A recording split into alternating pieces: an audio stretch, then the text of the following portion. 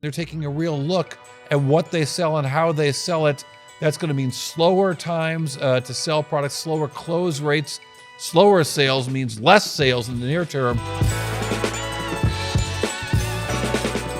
All right, welcome to the Drill Down Earnings. I've got the latest results from Palo Alto Networks, the business story behind one stock on a move. I'm Corey Johnson, the Chief Market Strategist from Futurum Group. Palo Alto Networks reporting second fiscal quarter, a quarter that ended at the end of January. The results were okay, but maybe not what the excited investors have learned to look for. Wall Street just likes a beat or a miss.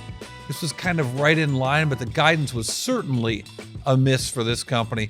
We want to dig into the business here and go beyond the beat or the miss. Here's the business at the actual numbers. 1.98 billion, hell, let's just call it 2 billion in revenues.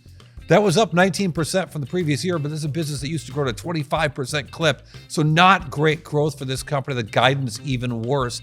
Guidance at the top end of the range. They gave us a range. They said at the top end, only 16% year over year. So Palo Alto Networks sales are stagnating. And the growth has been kind of tailing off a little bit, but I think this is a real surprise here from what we might have expected from this company. Let's look a little bit deeper beyond that. What are we seeing from their customers? So in the conference call, the company told us that their customers are just digesting the spend from so many other things that they're buying. When Palo Alto Networks knocked on the door, it used to say, hey, we got cybersecurity for you. We can help you from ransomware. We can help you from hacking. Great, we'll buy it. Where do we sign? Not so easy anymore. They say their customers are looking, hey, we bought this thing from this guy, we bought another thing from another guy. We've got a third vendor coming in here selling us a third thing. Why are we going to sign with Palo Alto Net? What are you getting us exactly? So the company, Nikesh Arora, the CEO, saying they're taking a real look at what they sell and how they sell it. That's going to mean slower times to sell products, slower close rates. Slower sales means less sales in the near term. That rocked the stock. Let's look at the charts. When you look at the after hours trading, this stock going from 370 down to 290. Wow, big drop in the after hours, really giving up all the gains of, well, kind of just this year. It's incredible. The stock has had such a run over the last year, over this current calendar year.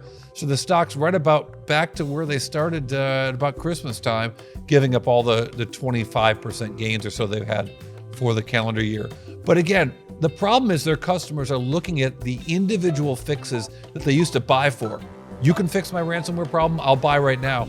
Now they want a more holistic approach, and Nikesh Arora, the CEO of Palo Alto Networks, saying, we got to kind of go back to the drawing board. We're going to sell some platform deals, bigger platform fixes for lots of stuff, but these little fixes customers aren't buying it, literally. Here's Nikesh Arora on the conference call that just ended. We've noticed that we have a higher win rate on platform deals. We have a higher win rate in consolidation plays as opposed to best-of-breed head-ons, which end up costing more time and energy. And you see very, I call it rogue behavior, where people start trying to desperately hold on to customers. So we are trying to shift our go-to-market towards a consolidation play and a platform play. I think, as I said to earlier, the right number to look at in this context is RPO. The underlying demand is strong. Our book of business is strong. Our pipeline is strong. There is nothing going on the demand side. It's just that we see this pushing out of the billings towards later parts as we get more and more consolidation offers and platform offers out there. So consolidation, platform, not individual fixes. That means slower growth for Palo Alto Networks. What's the big earnings takeaway? We'll have that and the bite, one number that tells us a whole lot right after this.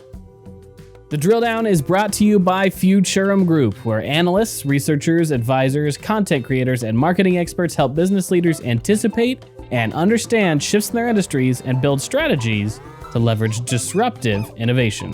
With deep analysis, Futurum Group's extensive industry experience delivers reliable research and data, thought leadership, and actionable advice to help you with your strategy and go-to-market efforts. Futurum Group. All right, here's your quick drill down earnings takeaway on Palo Alto Networks' most recent quarter, second fiscal quarter for the company that ended in January. Results were okay, $2 billion in sales, but only 19% growth. That might be a lot for some companies. Not for these guys, used to grow at 25%.